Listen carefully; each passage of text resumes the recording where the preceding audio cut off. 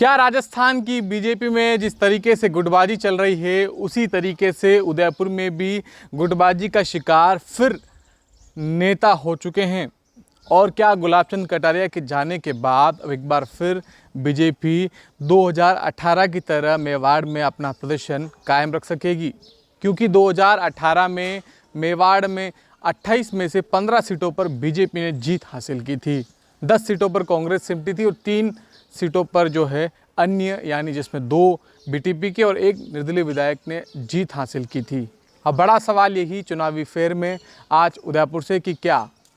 इस दौर में जहां बीजेपी पूरी तरह से गुटबाजी का शिकार हो चुकी है, इस दौर में क्या बीजेपी उदयपुर शहर में और ख़ास तौर पर उदयपुर ज़िले में कितना परफॉर्म कर पाएगी गुलाब चंद कटारिया के नहीं होने की दशा में? गुलाब चंद कटारिया के नहीं होने के बाद जिस तरह से लगातार मेवाड़ में टिकट को लेकर रस्साकसी का खेल हम लगातार देख रहे हैं, लगातार दावेदार एक दूसरे को नीचा दिखाने की पूरी कोशिश कर रहे हैं और चाह रहे हैं कि किसी तरह से टिकट की रेस में वे आगे हो जाएं। और यही मामला हमने पिछले दिनों देखा जब उदयपुर में केंद्रीय मंत्री अमित शाह की एक विशाल जनसभा हुई। इस विशाल जनसभा में जहां प्रमोद सामर और पारस सिंघवी ने मिलकर के गुप्ता को पूरी तरह से जनसभा से दूर रखा, तो रविंद्र श्रीमाली को भी एयरपोर्ट और स्वागत के और अगुवाई के साथ ही रिसीव करने के लिए ना उन्हें एयरपोर्ट पर भेजा गया, ना ही उन्हें सी ऑफ करने के लिए एयरपोर्ट पर भेजा गया। क्या इसके पीछे की मंशा थी और क्या ये सब जानकारी उदयपुर पर असम से बैठे बैठे महामहिम राज्यपाल गुलाब चंद कटारिया देख रहे हैं? क्या अनौपचारिक रूप से दिशा निर्देश दिए जा रहे हैं? इसको लेकर तमाम लोगों में सवाल है। सवाल सबसे बड़ा ये कि जिस तरह से डूंगरपुर के पूर्व सभापति के गुप्ता अपने टिकट की दावेदारी को उदयपुर से चाहते हैं, लगातार जिस तरह से वे उदयपुर से पिछड़ते जा रहे हैं, ऐसे में क्या अब आने वाले दिनों में वे फिर उदयपुर से नई सियासत को आगे बढ़ाना चाहेंगे या उदयपुर शहर के अलावा राजस्थान की किसी अन्य सीट पर वो अपना भाग्य को आजमाने की सोचकर यहाँ से अपना पाला एक बार फिर उदयपुर से बदलकर किसी और ज़िले में स्थापित होने की करेंगे? क्योंकि यहाँ पर उपमहापौर पारस सिंघवी, जिलाध्यक्ष रविंद्र श्रीमाली और प्रमोद सामर एक बड़े दावेदार हैं। हालांकि इन दावेदारों के अलावा जिनेंद्र शास्त्री, प्रदीप श्रीमाली समेत अन्य नेता भी हैं जो अपने आप को लगातार इस दौड़ में होने की बात कहते रहते हैं और किसी न किसी रूप में टिकट की बात करते आए हैं। बड़ा सवाल ये कि जब राजस्थान में जिस तरह से पिछले 5 दशकों से गुलाब चंद कटारिया राजनीति में एक्टिव थे और उनके एक्टिव होने के साथ ही जो चुनाव वो लगातार यहाँ पर करते आए थे, उसके बाद मेवाड़ में लगातार बीजेपी मजबूत थी। उनके जाने का जिस तरह से वक्त हमने पिछले 4 महीनों में देखा है, उसके बाद क्या मेवाड़ में फिर कोई और आएगा या क्या रहेगा? क्या वास्तव में चित्तौड़गढ़ के सांसद और वर्तमान में बीजेपी के प्रदेशाध्यक्ष सीपी जोशी इस पूरी गुटबाजी को थाम पाएंगे? क्योंकि जिस तरह से बीते 3 महीनों के हालात जो हैं वो मेवाड़ में ठीक नहीं हैं। वो ठीक सिर्फ पार्टी के लिए नहीं बल्कि इस तौर पर भी हम कहें कि जनता में भी गुटबाजी की बात अब कहीं ना कहीं उठने लगी है। मुख्य तौर पर अगर हम बात करें तो यहाँ पर जिस तरह से जिलाध्यक्ष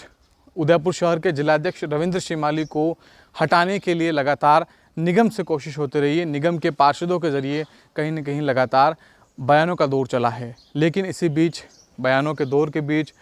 निगम के कुछ पार्षद पारस सिंघवी जो उपमहापौर हैं उनके विरोध में आए, उनका विरोध भी कहीं न कहीं यहाँ देखने को मिला है। इसके अलावा लगातार संगठन की बागडोर अपने हाथ में होने की बात करने वाले, दावा करने वाले और सेकंड गुलाब चंद कटारिया के रूप में प्रेजेंट करने वाले प्रमोद सामर भी कहीं न कहीं दोनों नेताओं को इस लाइन से हटाना चाहते हैं। हालांकि जिन नेताओं में रजनी डांगी, चंद्र सिंह कोठारी और अन्य नेता भी टिकट की दौड़ में शामिल है।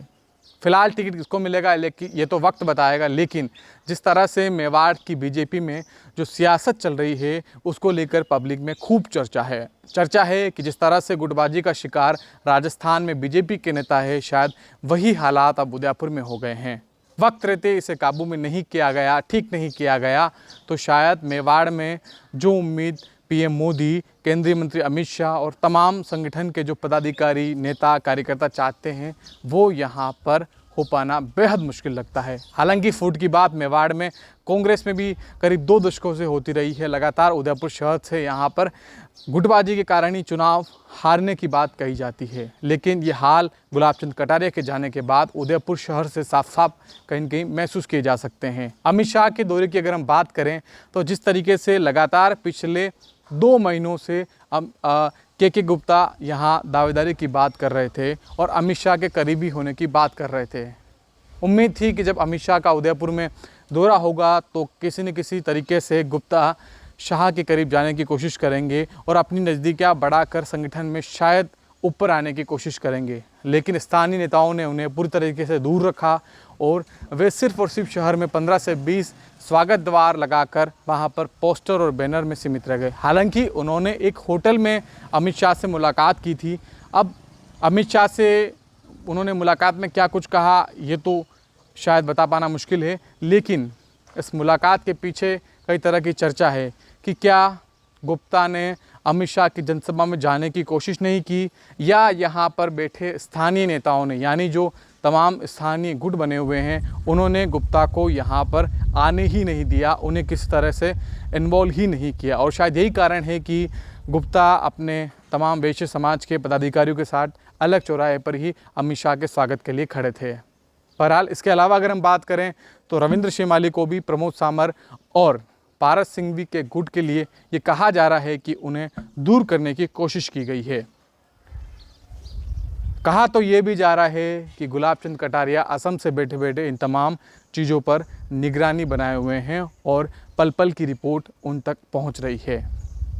फिलहाल वक्त ये बताता है कि भविष्य में क्या होगा इसका अंदाज़ा नहीं है, मगर ये गुटबाजी शायद बीजेपी के लिए यकीनन सुखद तो नहीं कही जा सकती।